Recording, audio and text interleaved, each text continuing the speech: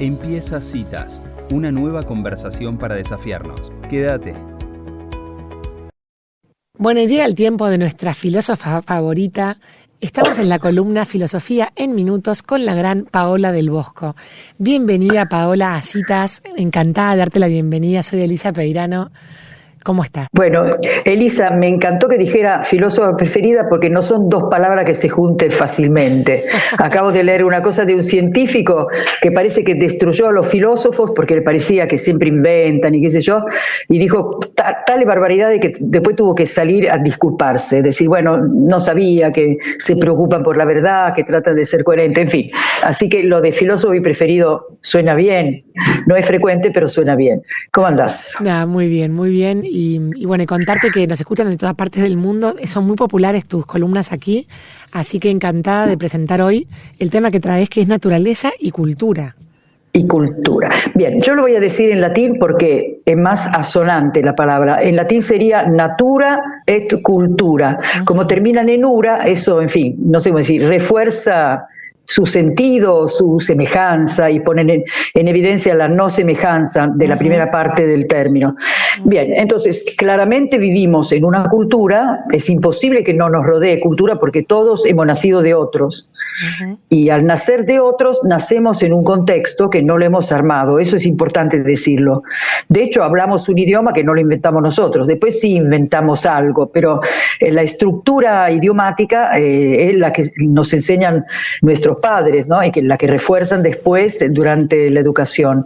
Esto es importante. Entonces uno nace dentro de una cultura, pero también nace siendo una pieza de la naturaleza. Hay algo en nosotros que no depende de nosotros. Por ejemplo, respirar oxígeno no es una decisión cultural.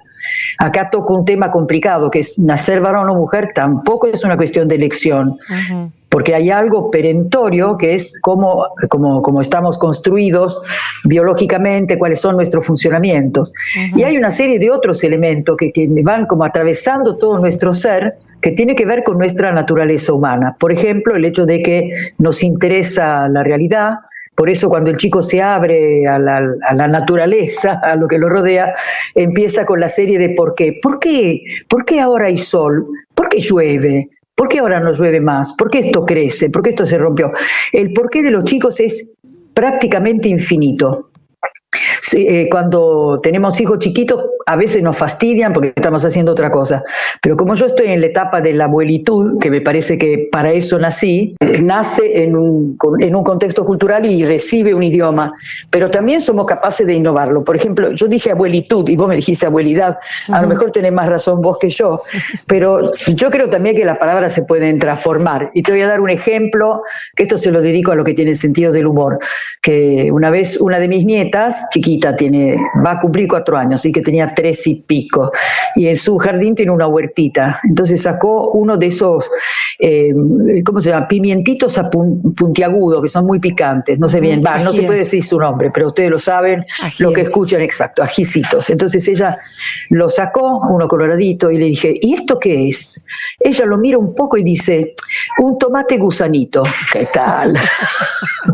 Me encantó, es decir, es como el tomate pero alargado, por lo tanto un tomate. Quiero decir, el idioma que uno aprende no le corta la plasticidad de adaptarlo a situaciones nuevas y, en fin, de forjar palabras un poco por analogía con las otras y poniendo una cuota de originalidad. Entonces, la cultura nos envuelve, la recibimos, pero también somos sujetos activos, que recibimos partes, otra parte puede ser que la rechacemos por X razones, y también somos capaces de innovar. Yo te digo una estupidez que hago yo, que sería el pedazo de cultura que ahora vi que la contagié a mi hermana. Yo brindo con cualquier cosa que esté comiendo. Yo brindo con el café, brindo con un sándwich, brindo con un tenedor. Y ahora la visité a mi hermana en Roma y vi que ella también brinda con el café, brinda con el agua. Quiere decir que el pedacito de cultura doméstica ¿qué te puedo decir? Se innovó con eso. Bien, entonces ahora veamos estas dos palabras. Yo dije que me gusta en latín natura et cultura, porque ponen en evidencia que se parecen, que sería como el resultado de, ¿no? Ese ura, y ponen en evidencia las dos raíces distintas, una natura que viene del verbo nascor, en latín, que quiere decir nacer, en castellano se respeta esa misma raíz, en italiano también nascere, bueno, en fin, en varios idiomas neolatinos queda esa raíz, así que natura es aquello con lo que uno nace.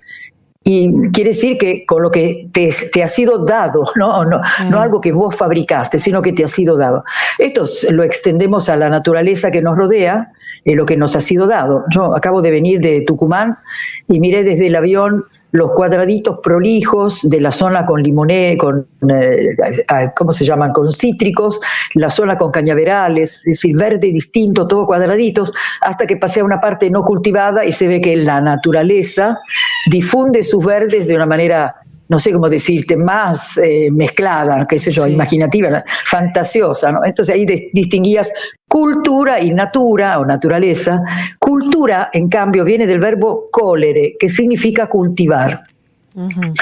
¿De dónde viene colonia, Esto lo digo porque algunos creen que colonia viene de Colón, pobrecito, que no tiene nada que ver. En cambio viene de colere, que es cultivar. Así que la colonia es un lugar que vos vas y lo cultivás, distinto a lo que encontrabas, qué sé yo, andás a ver, por ahí. Entonces, la cultura es algo producido por el hombre libremente y que tiene una gran cuota de innovación, pero también una parte que es respuesta a necesidades. Por supuesto, de acuerdo a la estructura de la sociedad que la produce, ¿no? Por ejemplo, en las culturas en donde se admitía la esclavitud, significaba que había una estratificación social que hacía de algunos seres humanos seres, digamos, con títulos de necesidades de mayor peso que aquellos que le tenían que satisfacer esas necesidades. Uh-huh. Hoy día miramos eso y nos parece un espanto. Claro que era cultural y lo aceptaban, ¿no? Por ejemplo, un amigo mío que viajó mucho por África me contó algo que me impactó mucho porque yo no soy muy alta, así que creo que me sentía cercana a los pigmeos. Él decía que en el especie de bus destartalado por el cual viajaba había un montón de pigmeos y otros africanos de distintos tamaños. Los pigmeos en cada parada bajaban sin que nadie les dijera y bajaban los bultos de los otros pasajeros, sin que nadie se lo dijera ni que nadie les pagara, ¿no? Porque ahí la estructura física de menor tamaño le daba como por sobreentendido que ellos eran servidores de los demás, como, no sé cómo explicarte, menos poderosos, ¿no? Mira. Bien, eso, digamos, es para pensarlo. En una cultura lo cambiaría claramente. Entonces, cultura y naturaleza, dos elementos, porque la cultura no puede apoyarse sino en lo natural. Claro. Por supuesto, extendiendo sus límites, ¿no? Por ejemplo, si uno mira la madriguera de los animales o los nidos, ve que se hacen con elementos naturales. Por ejemplo, me llamó poderosamente la atención que el nido de hornero que tanto nos sorprende, uh-huh, en lugares con la tierra de otro color, es un nido de otro color. Es decir, que ellos toman de la naturaleza el material que le provee. Entonces, por ejemplo, donde hay tierra colorada, el nido tiene ese color. Donde hay tierra más gredosa, es más amarillo. En fin, entonces, pero, aquí tengo un buen ejemplo. El hornero no innova, sino que la construcción de su nido responde a un instinto, con lo cual es algo muy sabio lo que hace, pero esa sabiduría no le pertenece, y como pertenece a la naturaleza que protege la especie, y para los creyentes pertenece al diseño creador, digamos, lo que hay detrás, entonces no puede innovar, simplemente repite. De hecho, me encantó coleccionar una serie de fotos de cosas hechas por los animales, por ejemplo, ¿cómo se llaman? Bueno, unos animales, unos pájaros tejedores que hacen unos nidos colgantes hechos con hebras entretejidas entre sí, son siempre iguales, cambiará un poco el color de acuerdo a las plantas que utilizan, pero son así alargados como una media, con un espacio para entrar. Bueno, los boyeros acá, ¿no? Por ejemplo. Entonces, y los castores hacen sus diques de la misma manera, cambiando el material dependiendo de lo que tengan a su disposición, pero no pueden innovar, así que lo suyo en realidad es una manifestación de la naturaleza. Así, qué sé yo, las abejas hacen sus celdas siempre hexagonales y no las cambian, ¿no? La diferencia con el ser humano es que a partir de elementos naturales y respondiendo a necesidades naturales y después inventando otras necesidades, nosotros innovamos y empezamos a ver cómo son las casas. Hay muchísimas variantes y ahora que hay materiales más dúctiles, más variantes todavía. Entonces son más altas, más bajas, subterráneas, suspendidas. Ahora, Paola, la capacidad de innovar que tenemos nosotros a través de la cultura y dada nuestra capacidad intelectual, digamos, porque hay todo un dilema ético que en la escucha que estás diciendo. Me está por preguntar si es bueno o malo. No, o sea, no para hacer un juicio de valor, sino que qué pasa cuando el ser humano con su inteligencia, digamos, interviene en la naturaleza de una manera. Sí, perfecto. O sea, de una manera que cambia la constitución de lo que. Claro, inconveniente, digamos, ¿no? Sí. Okay. Pero pensando positivamente, ponerle que intervenga la naturaleza de una manera positiva, en el sentido de que si creemos que positivo es conservar la vida.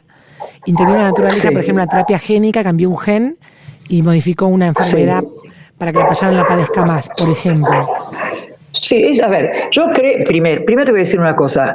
El ejemplo que vos diste, en el fondo, ilustra la idea de que la cultura siempre se apoya en la naturaleza, porque no es que los seres humanos hayan inventado los genes. Primero investigaron cómo estamos hechos, descubrieron en nosotros y en otros seres vivos que la constancia dentro de una especie depende de lo genético, y descubrieron su funcionamiento. Así que intervienen en un funcionamiento que es natural, para subsanar lo que podrían ser errores o deficiencias. Y bueno, y eso lo festejamos, sobre todo cuando significa más salud, ¿no? Claro. Entonces, claramente no es que intervenciones humanas en la naturaleza necesariamente sean de destrucción, no está dicho. Claro. La tierra produce más alimento que antes, es evidente. Sí. Y hay menos gente que se muere por enfermedades, eso también es evidente. Quiere decir que lo cultural, apoyado sanamente en la naturaleza, produce mayores posibilidades de vida y de expresión humana. Así que el mérito de la cultura, debería ser hacernos crecer como seres humanos, tanto en nuestra individualidad como en la capacidad de relaciones con los demás. Lo hace, no digo que no lo haga. Yo leo libros sobre educación del pasado y me espanta ver que hay errores que no eran tan evidentes. Por ejemplo, la noción del primero de la clase, eso en el libro Cuore, famoso libro Corazón, que creo que lo tradujeron al castellano, mejor dicho, sé que lo tradujeron, de Edmundo de Amicis, exactamente, y De Negri era el primo de la clase, el primero de la clase, por supuesto era rubio, y Franti era el peor y era oscuro, no sé cómo decirte. Esos son estereotipos culturales de los cuales nos estamos deshaciendo, por suerte. Quiere decir que la cultura puede cometer errores cuando se calcifica, pero también tiene en sus manos la posibilidad de corregirlos. Yo le tengo mucha fe a los nuevos de la cultura, a la gente que llega, digamos, fresquita y que dice, ¿por qué tal cosa? Y si uno descubre que es un error, por ejemplo, la segmentación social, el trato distinto de las personas que son todas humanas, ¿no? Entonces, quizás la mirada fresca puede servir para corregir errores, ¿no? Y bueno, vamos a seguir cometiéndolo, por supuesto.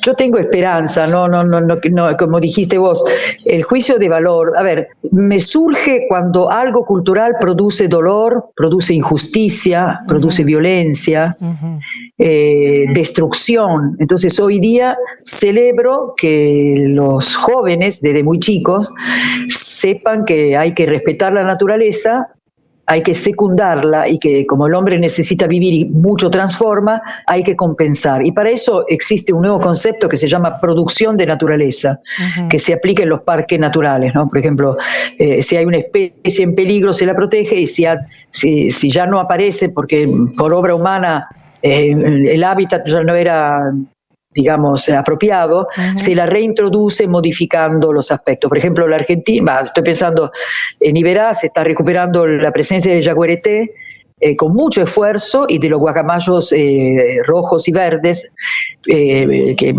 con 2 o 3 intentos ahora finalmente parece que ya nidificaron, ¿no? Algo que me quedé pensando, Paola, esto que decís, que el ser humano, los avances tecnológicos son siempre investigando más sobre la ciencia, sobre la naturaleza, que es lo dado. Y a mí lo que me impresiona es que se tiene como gran avance cosas que es simplemente dejar que la naturaleza actúe como debería actuar. Ayer retuiteé un tuit que hablaba, que decía que la leche materna se adaptaba los anticuerpos que necesitaba el bebé en el momento de mamar, y que detectaba con la saliva del bebé qué anticuerpo necesitaba esa leche, que cambiaba su composición automáticamente, o sea, naturalmente, biológicamente, en base a lo que el bebé necesitaba. Entonces lo que me impresiona es que después del positivismo, en el cual hubo una primacía de la razón del ser humano, pareciera como que estamos de vuelta volviendo a darnos cuenta que en realidad toda nuestra soberbia intelectual tiene que ponerse al servicio de poder aprender mejor y estudiar más lo que ya está naturalmente dado, que es perfecto, y que el hombre no puede ni querer hacer un panal de una abeja porque no nos sale, porque no llegamos ahí. Sí. ¿No? Sí, escúchame, qué buen ejemplo que diste, ¿no? Porque eso permite ver que la naturaleza también es maternal, no es siempre hostil. Quiero decir que a veces el hombre se tiene que defender de una naturaleza complicada. Imagínate tornados y qué sé yo, tormentas, etcétera, etcétera, o el tsunami. Pero también tiene un costado maternal. Ahora, el ser humano tiene en sus manos los dos costados del poder para ejercerlo sobre la naturaleza. Yo creo, me gusta la cultura actual, esta en que estamos viviendo, por eso que vos acabas de decir, una especie de redescubrimiento de lo bueno de lo natural. Por ejemplo, recetas antiguas que utilizan hortalizas de temporada, no todo enlatado y todo prefabricado. Todo. Entonces, exploración de nuevo, ¿no? De comidas antiguas. Pensá el hummus que se puso tan de moda, que son garbanzos molidos con jugo de limón, aceite y creo que ajo, que es riquísima, nutritiva, liviana, perfectamente digerible. Bueno, era un alimento del norte de África, es un alimento del norte de África con poca elaboración. Claro. Entonces, un poco para concluir, hay mucho bueno en lo que hacemos, pero también tiene costados negativos, lo que hacemos por encima de la naturaleza. Yo creo que cuidar la naturaleza con nuestra cultura significa llamarnos a una cierta austeridad, lo cual no quiere decir no utilizar lo que la naturaleza nos ofrece, ni intervenir para multiplicar sus frutos, porque eso está perfectamente en línea con nuestras necesidades y el funcionamiento de la naturaleza. Pero sí ser conscientes que, que lo tenemos que cuidar y que hay una responsabilidad para con las próximas generaciones, esto también hay que decirlo, ¿no? Es decir, cuidamos un planeta recibido, dicen que sí, puede ser que haya otro, pero todavía no encontraron otro donde ir. Yo te confieso que cuando era chica estaba segura que me iba a ir de vacaciones a Marte, pero no sabes qué certeza tenía de eso. Leía mucha ciencia ficción y me parecía que era próximo, digamos, ¿no?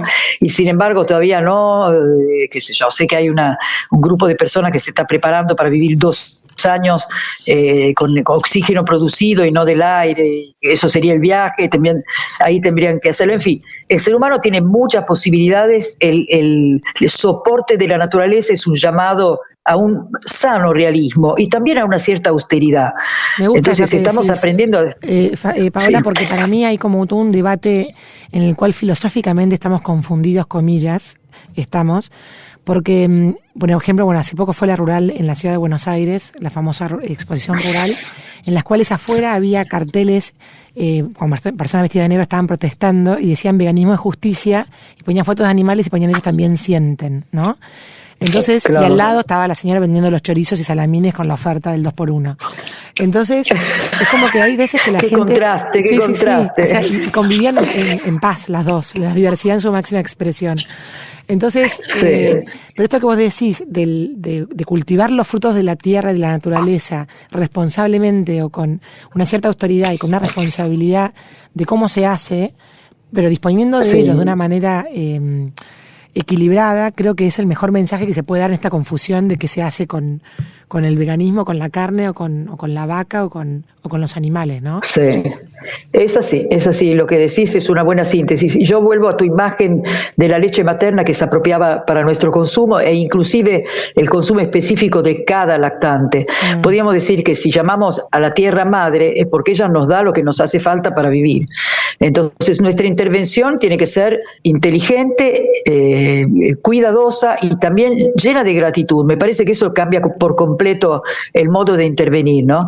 Quizás mis palabras chocan. Mira, cuando hay lugares donde construyen, cavan, etcétera, te da la impresión que es muy violento. Entonces, un poco se está subsanando eso con el tema de los bosques en la ciudad, por ejemplo, esos jardines verticales, los balcones verdes, en fin, eso incorpora el cemento tan duro y tan áspero al entorno natural de una manera mucho más inteligente. Y concluyo diciendo que me fascina la casa de los hobbits hobbits que tienen el techo con pasto, y vi que las están empezando a construir y eso me encantó. Lo vi en un country que había 2 o 3 casas hechas con ese sistema, que aparentemente es un aislante térmico fantástico. Así que la naturaleza sí nos sirve, pero también nos enseña, y nuestra cultura, si la refleja cuidadosamente y con gratitud, bueno, será una cultura cada vez más plenamente humana. Me encantó. La naturaleza nos sirve y también nos enseña. Muchísimas gracias, Paola del Bosco, por esta gran columna. Gracias, te mando un abrazo, Elisa. Gracias a vos por la oportunidad. Bueno, y así pasaba en esta columna la gran Paola del Bosco, aclarando 2 conceptos clave para poder comprender la complejidad del mundo de hoy: naturaleza y cultura. 2 caras de la misma moneda. Si te gustó esta conversación, seguinos.